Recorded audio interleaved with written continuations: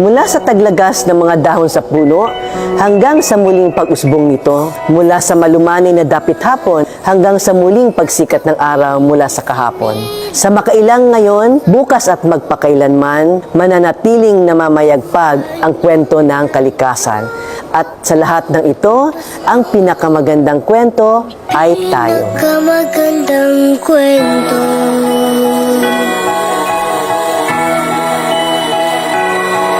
Laging nasa ating tabi ang mga nagmamahal. Hindi tayo binibitawan, lagi tayong pinagdarasal. Nalalampasan ang pag-aalala sa bawat hakbang magkasama. Nakikita na ang daan sa bagong yugtong pupuntahan.